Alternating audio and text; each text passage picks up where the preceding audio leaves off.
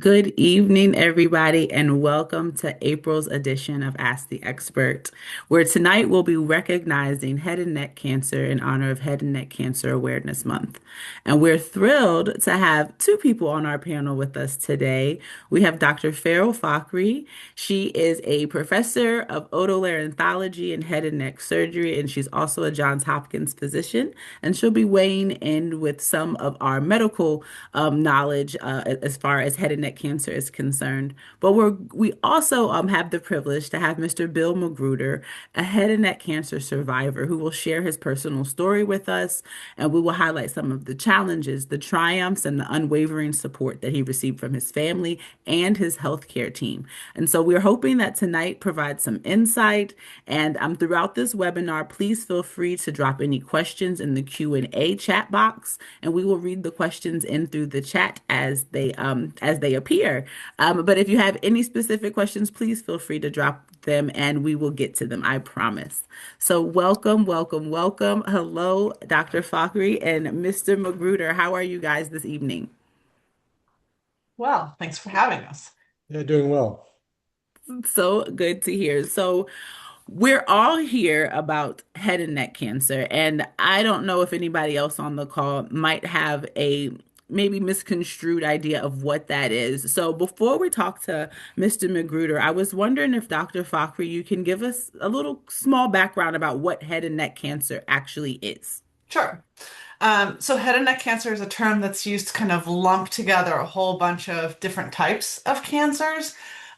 In general, what we're referring to are cancers of the essentially the skin lining of the back of our throat, of our mouth, but we also could be talking about cancers of the saliva gland, of the skin. So really, it's anything that impacts from the front of the head, essentially the skull base, down to the bottom of the neck. It can be a thyroid cancer also. So it is a catch-all phrase, is what I would say when we think about head and neck cancer. And, each story is different. That's a great way to put it, a catch-all phrase. And so, what are some of the most common risk factors that are associated with head and neck cancer?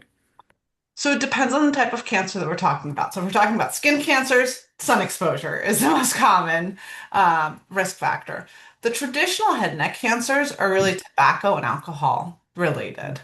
We've had really great public health campaign in the US over, several decades. And so we've really seen a decline in the number of smoking related cancers. There are a lot of cancers that arise for reasons that we don't know.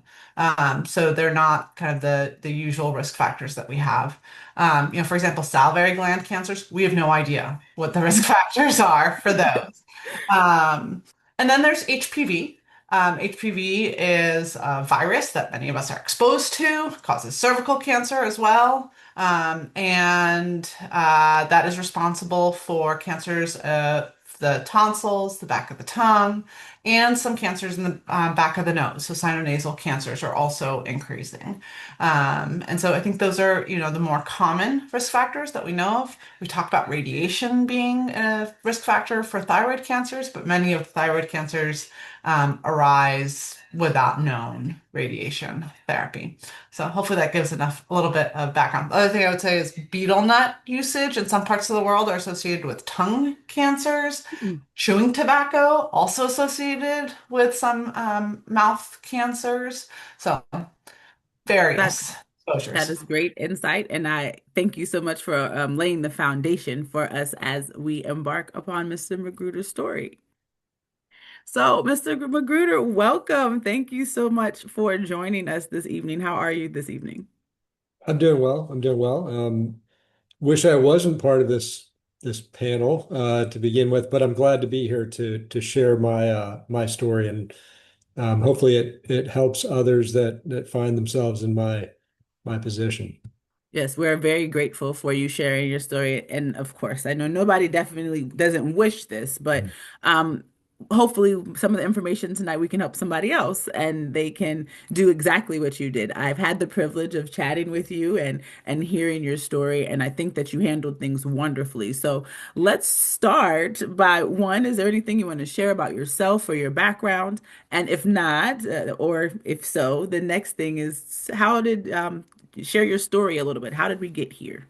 Yeah, well, I'll start by just saying that I'm 52 years old, and I was 46, I believe, when I was diagnosed. And I'll just kind of start from the beginning.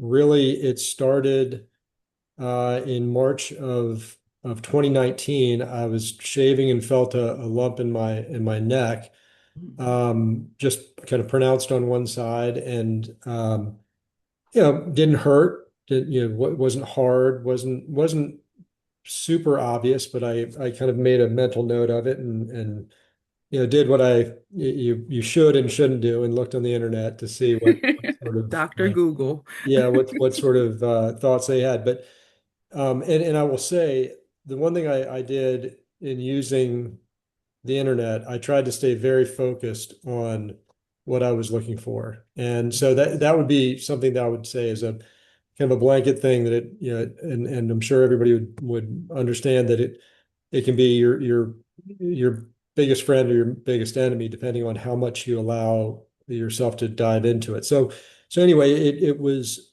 what I read was it could be an infection, give it a couple weeks, and then Hmm. start to elevate it by going to your general doctor. And so I followed that path, and each time I went to my general doctor, and he didn't think it was much of anything, but to his credit, he followed the kind of protocols to move it to the next turnstile. And so I went and saw an ENT, and very similar conversation with him.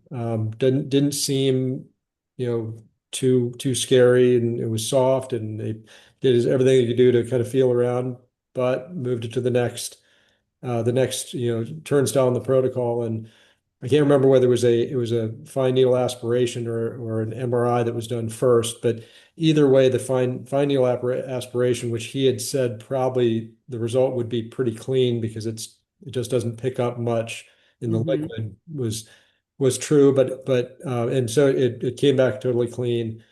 The MRI is the first time it was generally normal, with a kind of final line of saying you need to uh, look at potential for squamous cell carcinoma. That was the first time that had come up in any test. So Yeah. it continually got bubbled up to the next level, to the point where everybody agreed whatever it is it's gonna be removed. And this is where in hindsight, um, and Dr. Fahkry and I have talked about this. I should have gone to see her, and it would have expedited things, and we would have gotten a clear result earlier. But but I was slightly misdiagnosed. They were assuming that it was a cyst. But Hmm. again, either way, they said it was going to come out. So I'd read stories where the diagnosis was prolonged significantly because they were being treated for an infection. Something completely Yeah, yeah, different. something that was, and it just wouldn't go away, and they finally ended up, on the correct path, but it was delayed by a significant amount of time. So, so I had the what turned it out to be, what they thought was a cyst, turned out to be a lymph node that showed HPV related squamous cell carcinoma. So that and I had actually put off that surgery because it was the middle of the summer, and we had a vacation planned, and nobody thought it was too, you know, it was, I mean, there was and again, in hindsight, I think there was some hesitation in letting it go a little further, but they said that's fine. But the speed of everything started to intensify once that I got the biopsy, they took it out, they found out what it was. And Hmm. all of a sudden, I started to have to get appointments pretty quickly, to go to the next level, and had a PET scan. Actually, I guess that was after that surgery. That was helpful to a degree, but I had the surgery in my neck, so that lit up pretty bright. So it was kind of hard to see a few things. Yeah. But this is the point where, and this will probably be one of the biggest points I would make, is I started to understand that I needed to be a very active participant in the process. And I had thankfully had a good friend, long-term friend who's an orthopedic surgeon who was a friend of Dr. Fahkry, and he reached out through his friend, and actually Dr. Fahkry, I believe, was in England on her way back from a soccer tournament with her son, and was nice enough to call. I think she called from the airport and said, I'm getting on the plane now. Call my office and make an appointment on Monday." And I think that was Friday. And so I was able to get in and see her. I was I had been kind of put forward to go to the local Johns Hopkins doctors in Bethesda, Hmm. where I am, and I think I think they would have been fine, but my friend said, Yeah. you go to the Good old mothership. trusted word of mouth of somebody Yeah, that you trust. That goes a yeah. long way. And this was Dr. Fahkry's specialty, which I came to find out. Hmm. So thankfully, again, I was starting to advocate for myself, but I also had some connections that got me to the right place. So that was the first very positive step I had in the process. And at that point, um, we met. Dr. Fahkry did an examination, but she couldn't find where the tumor was. They knew it was in me, but they couldn't find where it was. And as Dr. Fahkry said, with HPV related cancers, they tend to be in certain locations in Hmm. tonsils. And so what I didn't realize at the time, but I do realize now that there was a decision to be made on what direction of treatment to go for. And I now know from seeing others that have gone another route where you can do chemo and radiation or surgery Hmm. and then potentially radiation after that.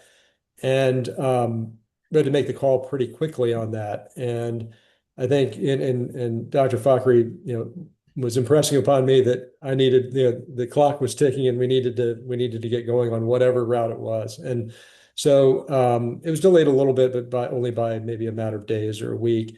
And we made the decision, and I was in for surgery shortly thereafter.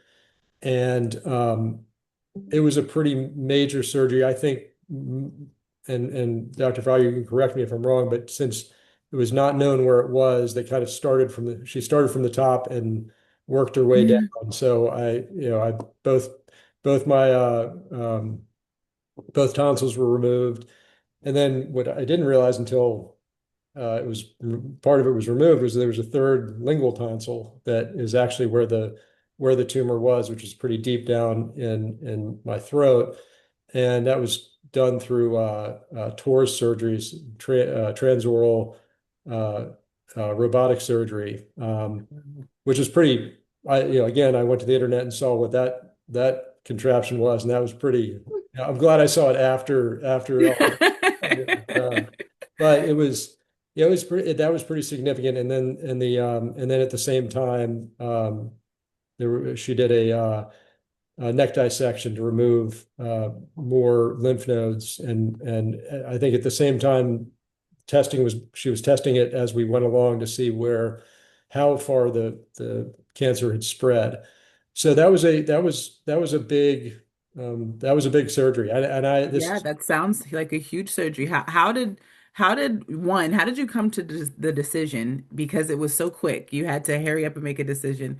What were some of the things that played a role into you making the decision to move forward with the surgery? I think one major one is my faith in Dr. Fahkry.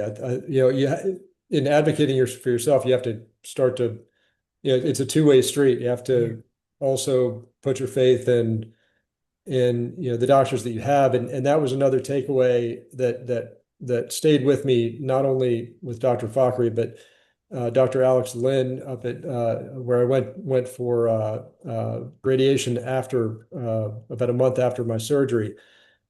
What I and that one time was still fast, but it was slowing down. I had some time to make some decisions on that, and that was even the decision was even whether I was going to do radiation at all after the surgery, because we all know that Dr. Fahkry's surgery is perfect. But it was a bit of a belt and suspenders kind of decision, and And with that, I did, and at the time, there's a tumor board that meets that's both your doctors and then unrelated doctors that look at your case and weigh in on what their decision is or what their thoughts are on what the next step should be. And unfortunately, it came up as a 50-50 split of doing radiation after, following up with radiation or not. And as luck would have it, my radiation oncologist at Johns Hopkins was not in that tumor board. So that Oh, was not helpful. And I met with her after the fact and she said, 100% you have to do it. So she was the tiebreaker. I was caught in between my two doctors. So that's where again, that's where we really jumped in. And my wife was very helpful with all this as well. And that comes into play. Um, we went up to Sloan Kettering. We got opinions from the head of proton therapy, which was another avenue that I was learning was a potential treatment. So I went to Sloan Kettering, got feedback from them, and the woman I met with there, the doctor I met with was very clear. She said, you absolutely should do it. And she said, if it comes back, it doesn't always come back the way it is now, and it can be a much more difficult procedure afterwards. So that was helpful, but I also was not real crazy about the idea of having to go and live in New York for 6 weeks um, and go through that. I would do it if I had to, but it was a long train ride home and a lot of thoughts being made. So I started to look at I was convinced I was going to do proton therapy, but there were not as many proton facilities as standard radiation. So I started looking at where those were, and there was one at University of Pennsylvania, UPenn, which was about halfway between where I live and New York. So it was Yeah. getting closer. And I started with looking at doctors that were specific to this type of cancer. And I looked at YouTubes and trying to get to know who these doctors were. And Alex Lynn was the one that I settled on and ended up meeting him. And he was exactly the person that I saw in the YouTube videos. And that ended up being really a good relationship. And that goes back to that when I went up to I was getting prepped for doing my radiation, and I thought I was fully bought in until I got up there and they were put an IV in, and it was a full day of getting an Reality. MRI, getting this, getting that, and everything getting set up, and you start to really realize like, wow, this is happening, and Yeah, this is happening.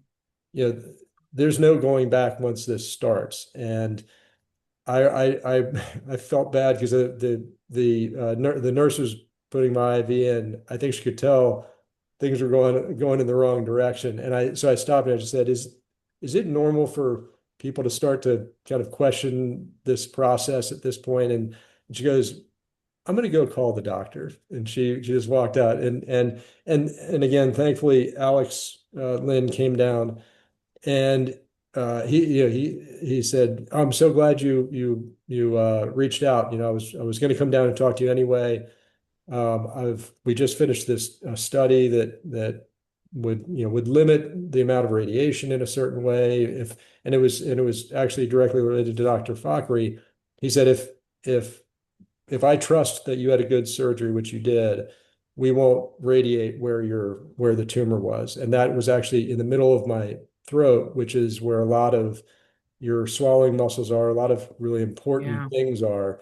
And so he said the study showed that the same outcomes occur even if we don't radiate that area. So I was like, I'm all in on that. And then he also asked me to be a part of a study that limited my radiation from 6 weeks, which was the standard at the time, to 5 weeks, which is a significant difference. Yeah. So I said, I'm all in. And I remember it to this day. He said, first thing, he goes, just so you know, we do studies to confirm what we basically already know. It's not like we're just going out there and hoping it all works out. He says, I so love that. How did there's that make you feel hearing that, being it reassured? it, it felt great, and especially when he followed it up with, "If I was sitting in your seat, I would have no reservations with being a part of the study."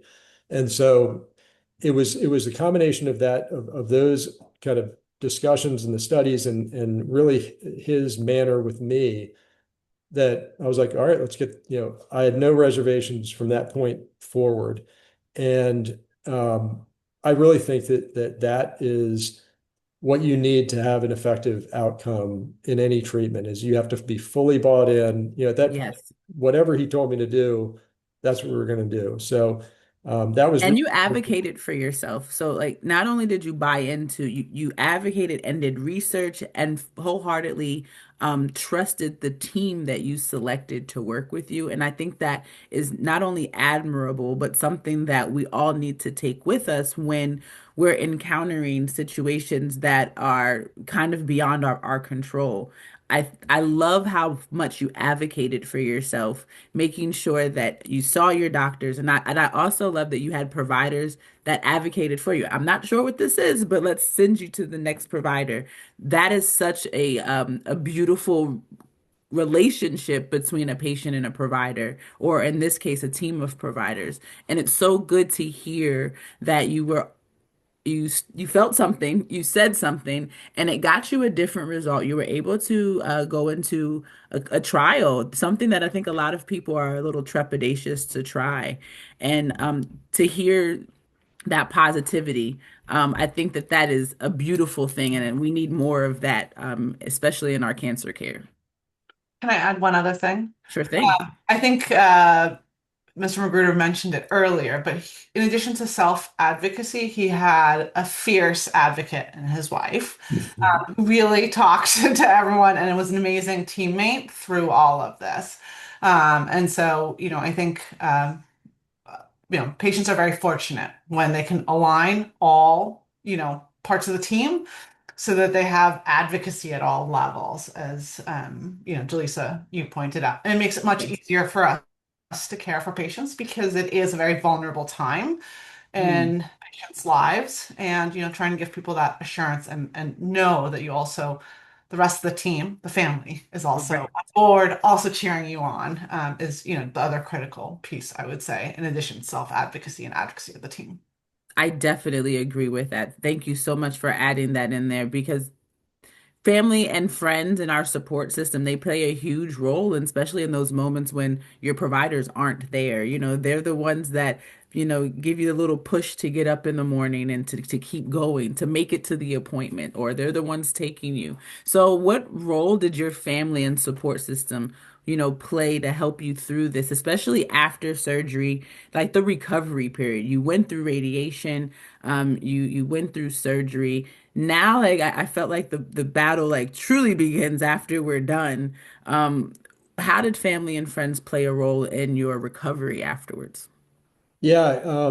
So, um, well, I mean, first and foremost, yeah, my wife. I mean, I was out of commission after my surgery for about a week. I couldn't, I could speak a little bit, but not great. My tongue was swollen, and there were a lot of things that she had to kind of compensate for. I would have to write notes to her, and she was communicating for me, but she also was was protective of me from other people and other family members that had the best intentions, but I just needed to be, I needed to heal, and that was something that I didn't really prepare for at all, thinking that no, it'd be great, the more people that come, the better. But she became kind of the gatekeeper, which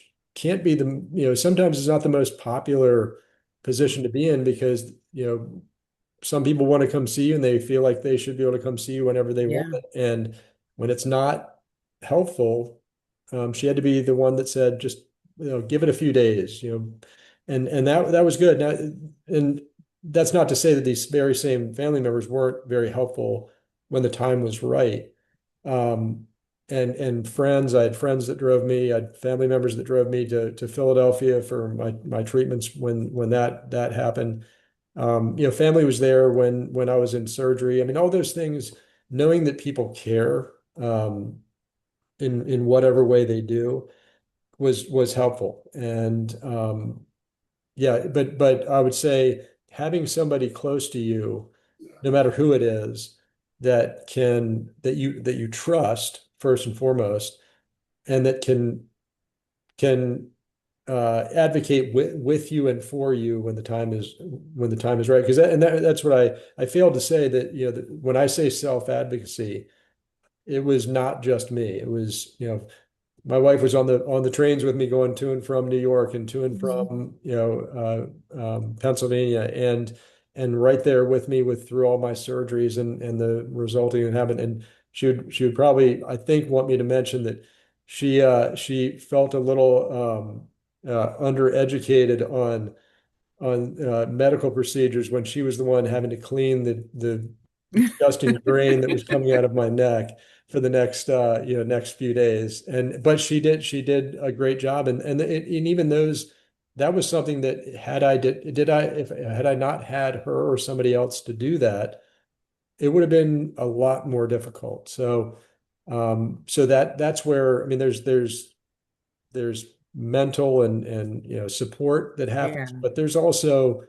kind of the down and dirty that someone, Yeah. you have somebody there to help out with. It makes a huge difference.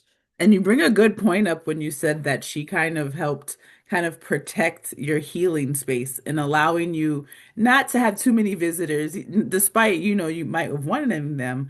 I don't think we think about those things that, that advocacy also comes in the form of denial of certain things so that you can have that space to heal. And so we had family and friends. Were there any community resources that you were able to tap into? Um, the I didn't have to take advantage of too many, but there were a lot of opportunities from speech therapists that I talked to, which was really helpful. Just even just in knowing that it was going to get better, because I was really concerned, right after, what were the long-term Of course. effects are going to be of both the surgery and the radiation I had. And during the time, post surgery and also going through radiation, nutrition was huge. And having somebody to, you go through your life and you're looking, you're watching calories and you're this and you're that, and you want to, eat the perfect things. But when, I think I lost 20 pounds in about a week and a half after my surgery, just because it was, physically really painful to eat anything. Hmm. Um, going into my radiation, it was different because it was more a food aversion thing, taste and those sort of things came into play. So it was a little twist on the same theme, but to have somebody that both.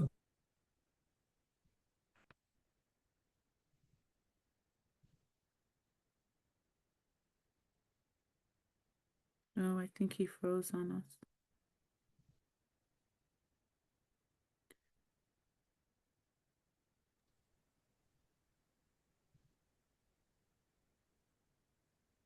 Yeah. Well, while we wait for him to come back, I know there was a question in the chat for you, Dr. Fahkry. Um, so like what are the pros and cons of choosing surgery versus chemotherapy for HPV related oral cancers? Um, so what I will do is explain, um, when we think about oral cancers, we are thinking about a different group of cancers.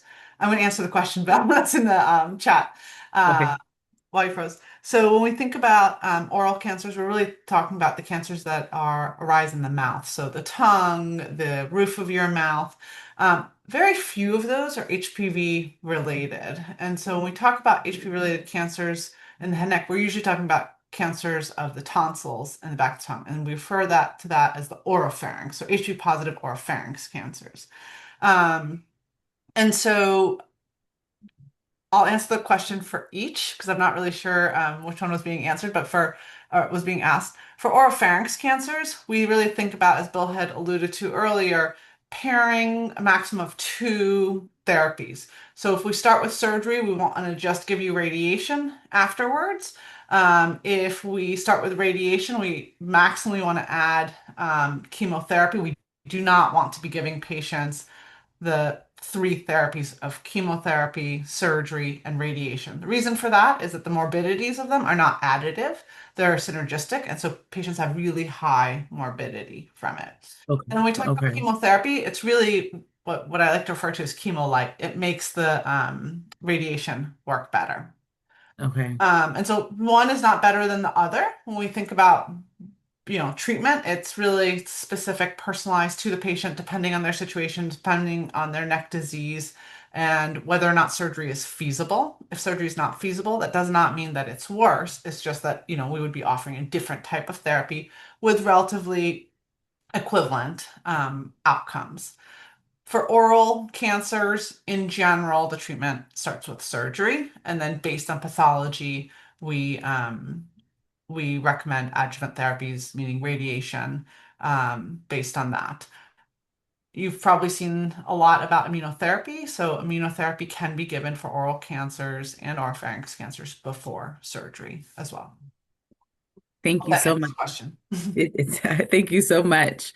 So Mr. Magruder, before we were talking about lifestyle changes and how you were unsure of some of the long-term effects, and that is something that I know I would be concerned about. Would my voice come back? Would eating ever be the same? And so, what type of lifestyle changes did you have to make?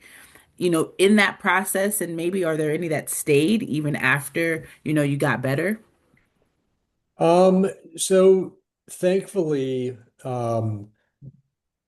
I've heard stories and actually have I was paired up with a number of different people that had gone through what I did prior to me, which was invaluable.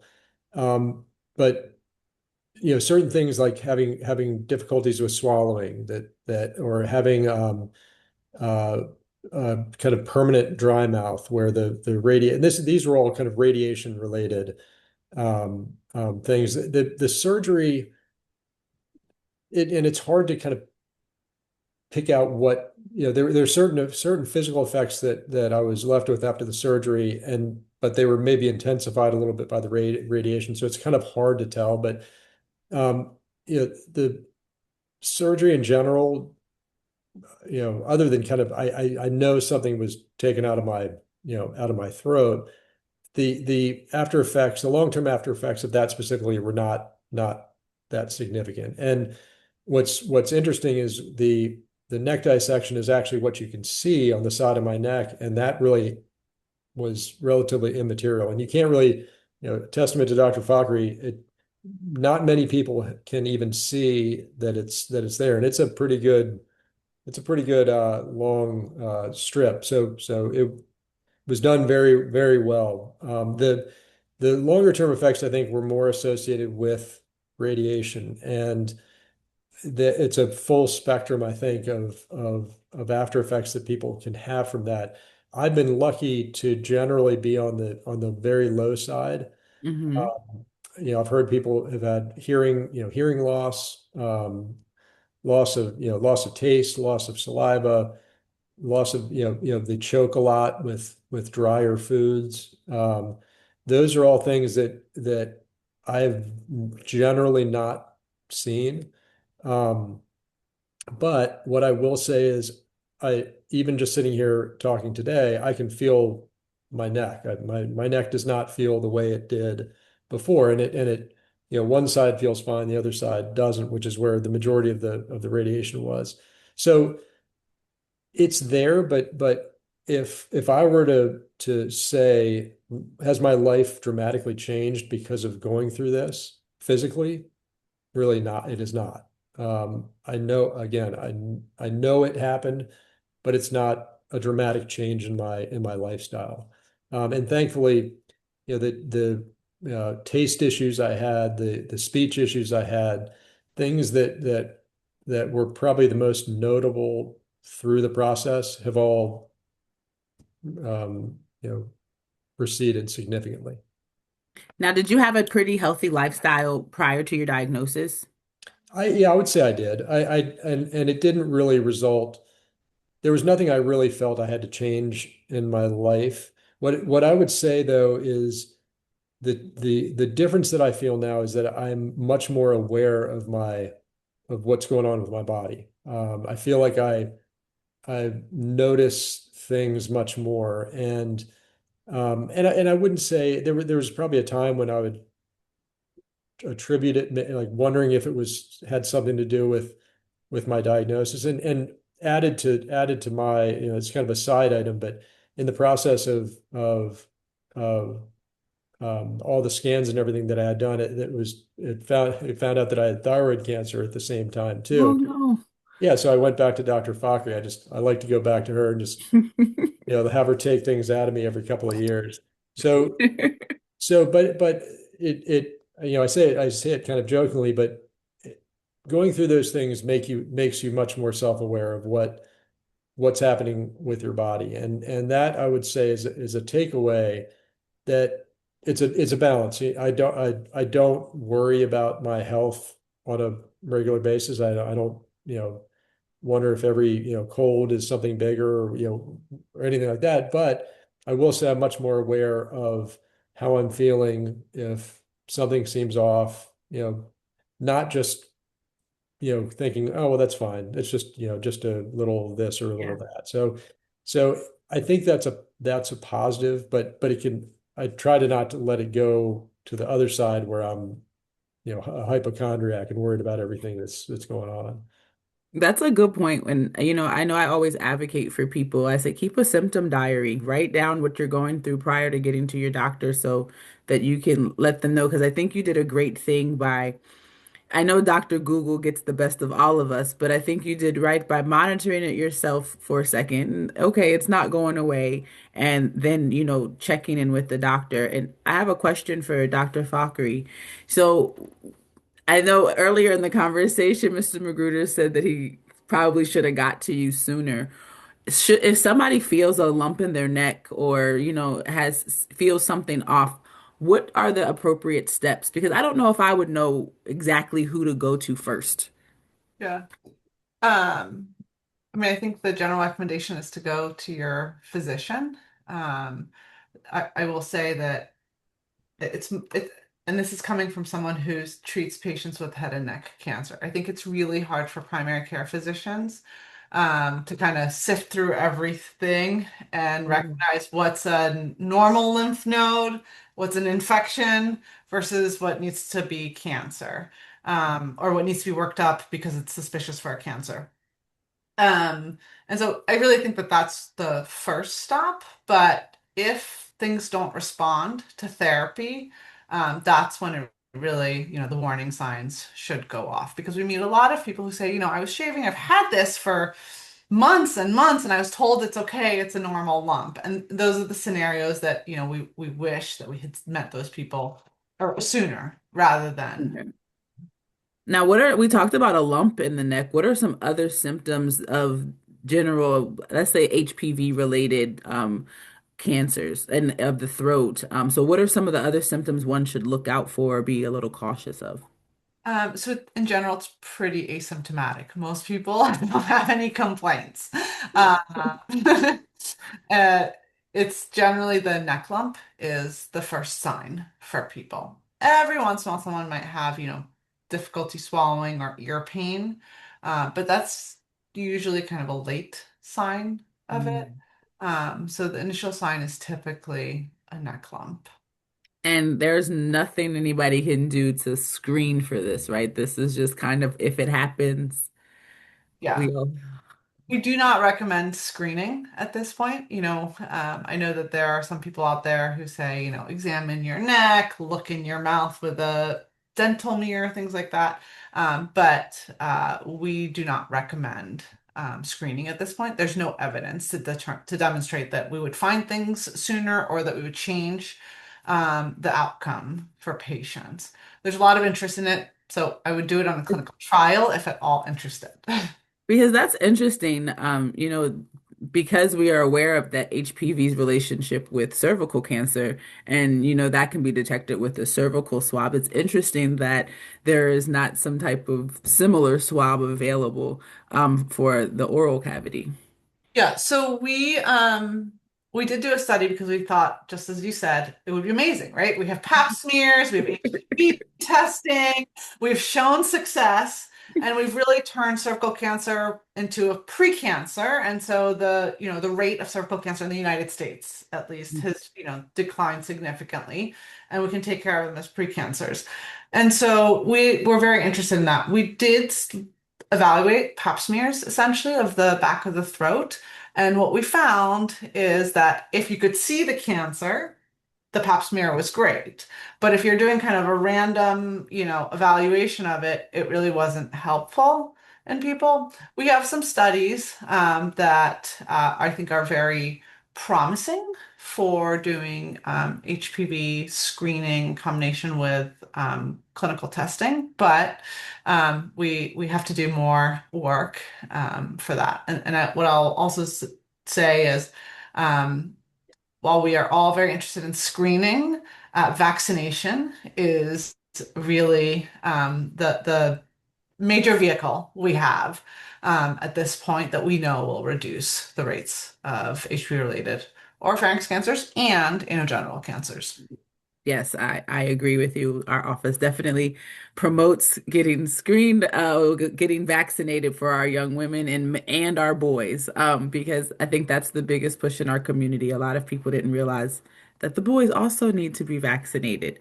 I see a question in the chat, and Dr. Fahkry, please feel free to go ahead and answer. But for those that might listen to this later, it says, can you hold on. I have a different one. If you've been vaccinated over 10 years ago, do you need to have a booster? Yeah, it's a great question. Um, so when the vaccine studies were done, they were really done to evaluate anal warts, cervical warts, and precancers of the anogenital cavities.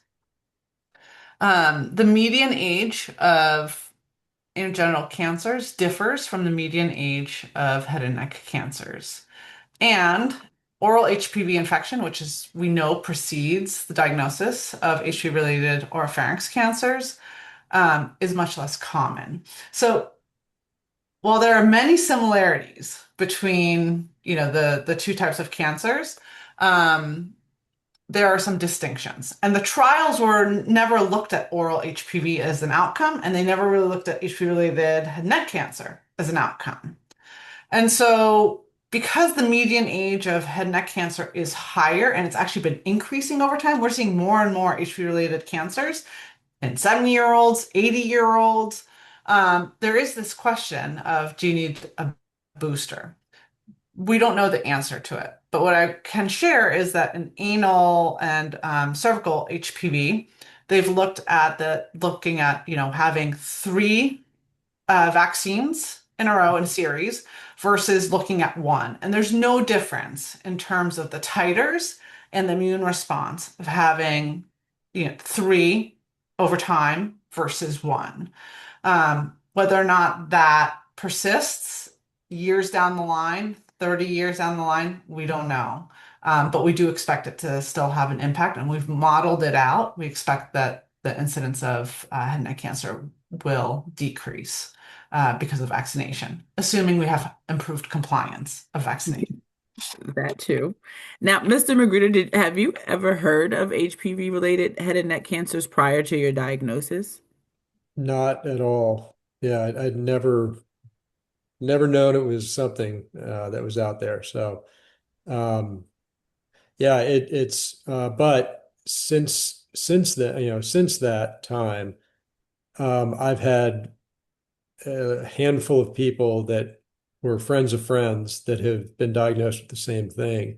And that I've always been happy to talk to. And something that I would go back to when I got diagnosed that was very helpful, and it was very kind of random that this was the case, and it felt kind of meant to be at the time, even though I wasn't absorbing everything. Once you get that kind of the movie script, you have cancer, being told to you, everything kind of quiets down, and you're not really listening as much.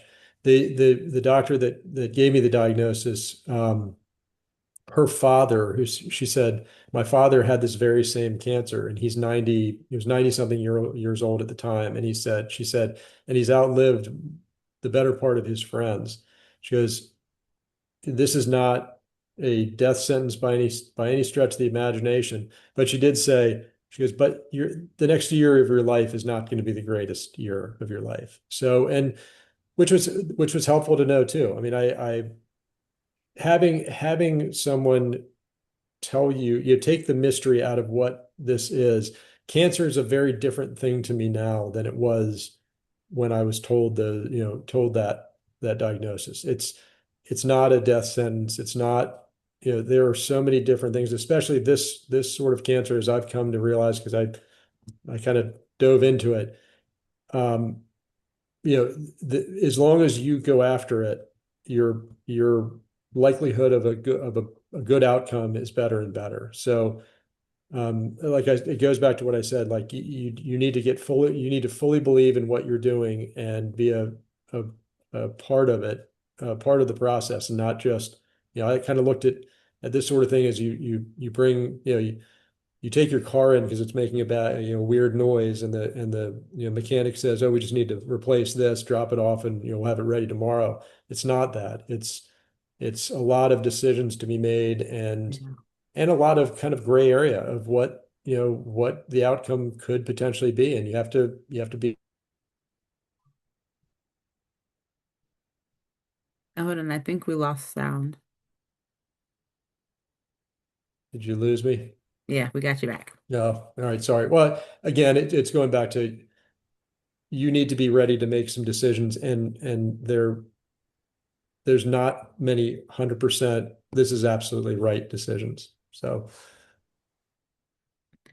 I agree with you. I think that is a very well thought out point because you're right. And it's a lot of decisions, and it's not just a throw your car into the dealership. I think we this question is more geared towards Dr. Fahkry. It says, can you discuss immunotherapy and any new treatment options other than radiation in oncology? And I think this is a good question because my question to you, which I think can tie in together, was what does the future direction of, you know, otolaryngology related cancers, what does that look like moving forward? Yeah. So we're at an interesting point. In terms of what we know and how we treat head and neck cancers.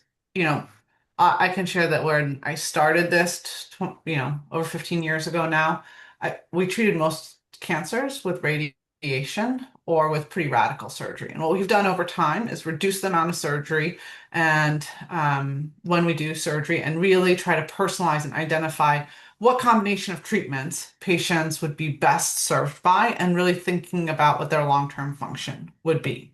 Immunotherapy is kind of the new player in the last few years. And what we know is that immunotherapy basically can turn the immune system on for select cancers. We just don't know which ones are going to respond well to it. And what we know is that immunotherapy before surgery um, is kind of the timing rather than immunotherapy with radiation therapy. We do not pair immunotherapy with radiation therapy because it's not as successful. Um, and I think the other thing that we have found out, to Mr. Magruder's point earlier, is that if we have successful surgery, we can give less radiation therapy safely.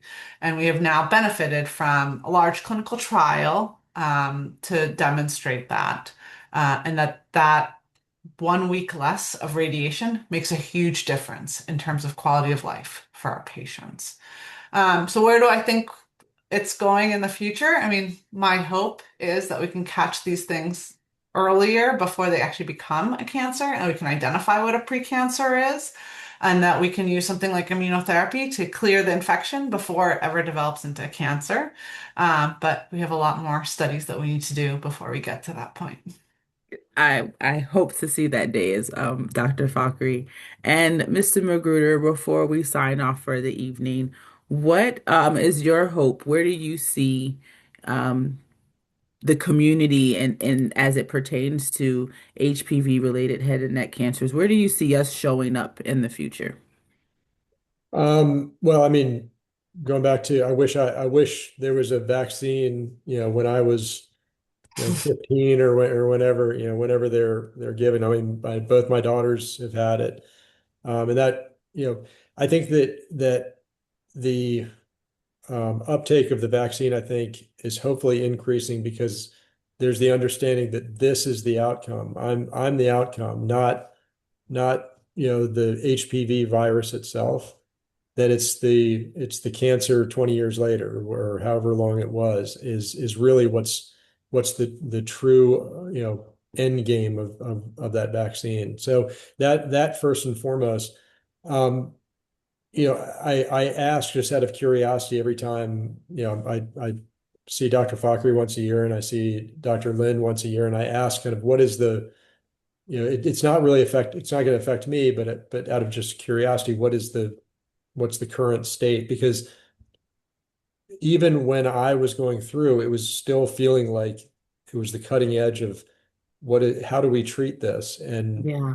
we know we don't treat it like someone who's smoked and drank alcohol to excess for their entire life, but we also don't want to underdo it and have it come back as something much stronger. So um, it's finding that sweet spot. And what I will advocate, one thing is I did proton radiation, which is a more specific kind of radiation that's much more pinpoint, and has certain things that are different about it.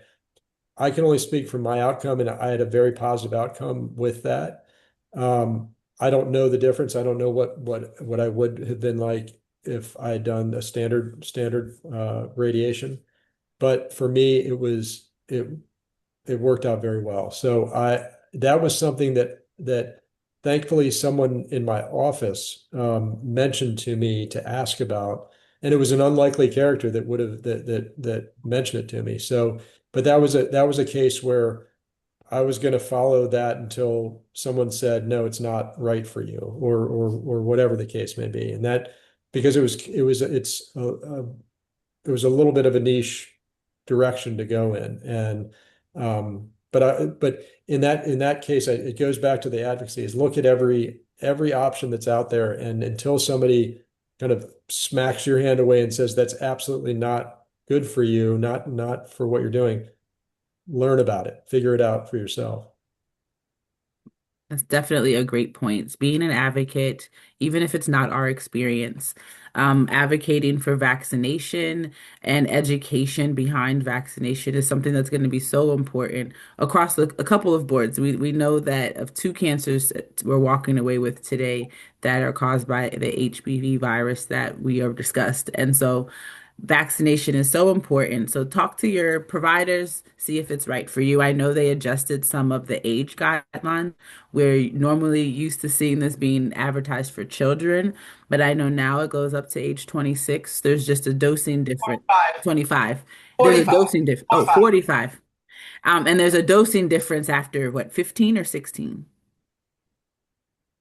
I think your series ends up being different. If you're younger, I think it's only two doses. If you're older, something like that. Talk to your providers, and see if it's the right option for you, because it's available to us, especially for those of us who were not, it wasn't available when we were children. It's an option now. So talk to your providers about that.